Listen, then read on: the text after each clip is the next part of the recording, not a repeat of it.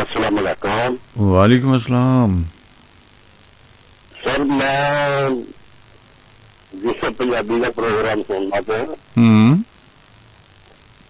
ते अगे तुसी की जा रहे सो कि मुर्शद की हुंदा है?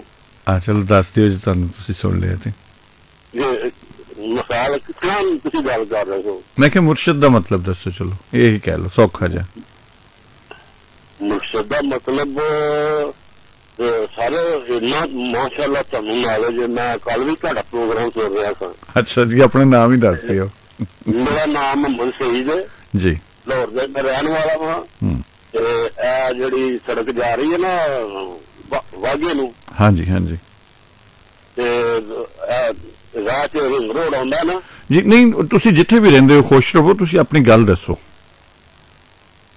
सरकार ने गल मुर्शद मुर्शद दे विचों असीं रब लभना।